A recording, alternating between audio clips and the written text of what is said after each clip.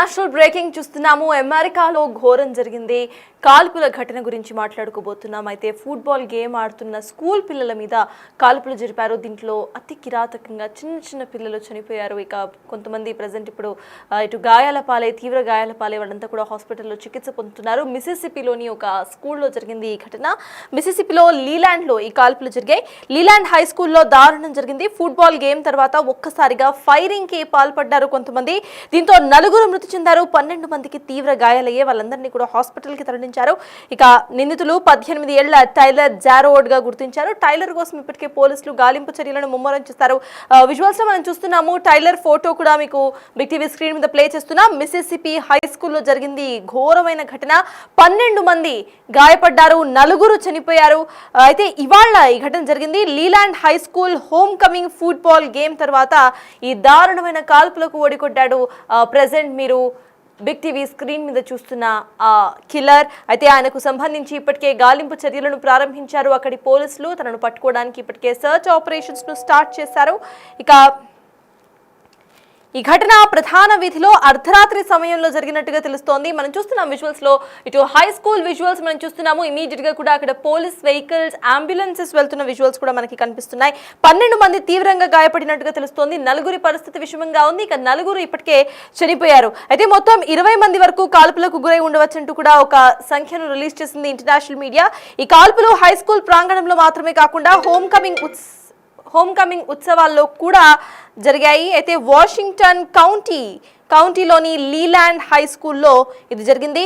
Jackson ఈశాన్యంగా ఇటు 120 మైళ్ళ దూరంలో ఉంది ఈ స్కూల్. ఈ ఉత్సవం కారణంగా ఇటు ఎక్కువ మంది అక్కడికి హాజరయ్యారు, హై స్కూల్ స్టూడెంట్స్ కూడా. అయితే ఒక్కసారిగా కాల్పుల్లో మొత్తం 12 మందికి తీవ్ర గాయాలయ్యాయి. 20 మంది తీవ్రంగా గాయపడ్డారు. వాళ్ళంతా కూడా హాస్పిటల్లో చికిత్స పొందుతున్నారు. వీళ్ళలో నలుగురి పరిస్థితి విషమంగా ఉన్నట్టు తెలుస్తోంది. ఇక ఇప్పటికే నలుగురు ఈ కాల్పుల్లో స్పాట్ డెడ్ అయినట్టుగా తెలుస్తోంది. అయితే ప్రెసెంట్ మీరు స్క్రీన్ మీద చూస్తున్న ఫోటో ఏదైతే ఉందో తను నిందితుడిగా చెప్తున్నారు పోలీసులు. తను ఇప్పటికే పరారీలో ఉన్నట్టుగా తెలుస్తోంది. తన కోసం ఇప్పటికే గాలింపు చర్యలను స్టార్ట్ చేశారు అక్కడ పోలీసులు.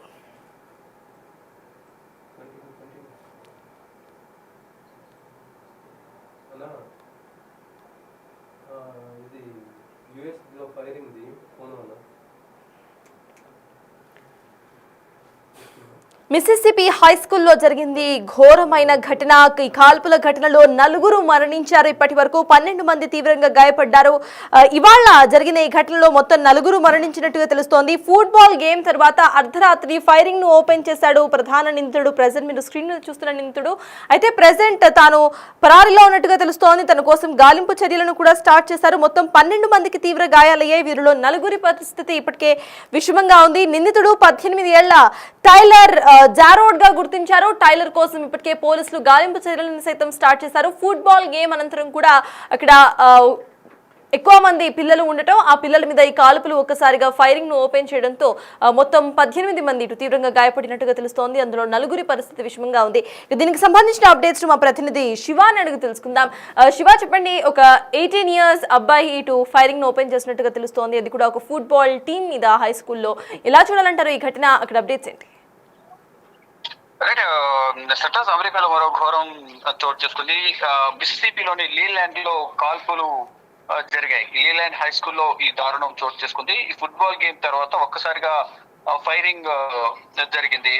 ఈ ఫైరింగ్ లో నలుగురు మృతి చెందారు. 12 మందికి తీవ్ర గాయాలయ్యాయి. వీళ్ళు నలుగురు పరిస్థితి అత్యంత విషమంగా ఉన్నట్లు వైద్య సిబ్బంది చెప్తున్నారు. నిందితుడు 18 ఏళ్ల టైలర్ జారోడ్ గా గుర్తించారు.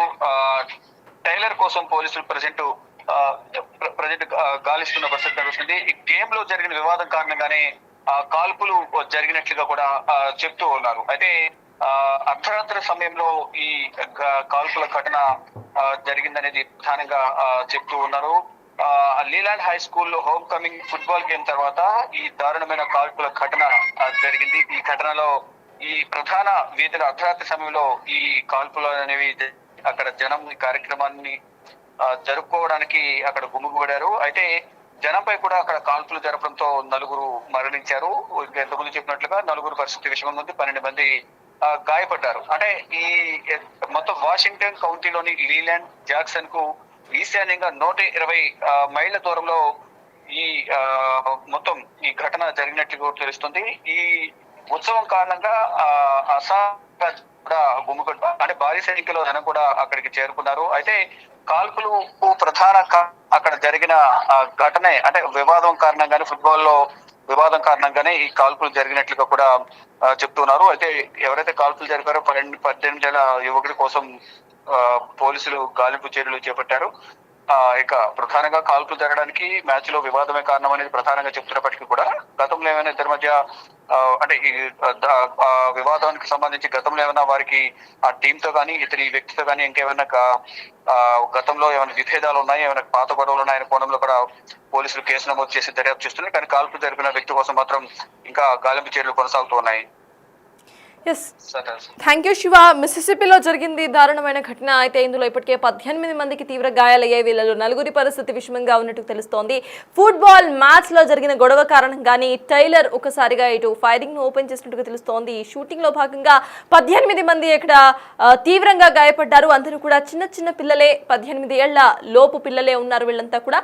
అయితే వీళ్ళందరినీ కూడా హాస్పిటల్లో అడ్మిట్ చేశారు. 4 పరిస్థితి తీవ్రంగా ఉన్నట్టుగా తెలుస్తోంది. మిగతా వాళ్ళు చికిత్స పొందుతున్నారు.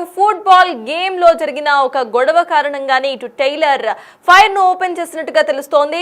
అయితే కేవలం ఈ జరిగిన ఘటన వల్ల మాత్రమే ఇటు ఈ ఫైర్ ను ట్రిగర్ చేయడం కారణంగా ఉందా, లేకపోతే ఇంకేమైనా గొడవలు కూడా ఉన్నాయా అనే కోణంలో కూడా ఇటు పోలీసులు ఇప్పటికే దర్యాప్తును ప్రారంభించారు. అయితే 18 ఏళ్ల టైలర్ ఇప్పటికే పరారీలో ఉన్నట్టుగా తెలుస్తోంది. టైలర్ కోసం ఇప్పటికే గాలింపు చర్యలను కూడా స్టార్ట్ చేశారు పోలీసులు.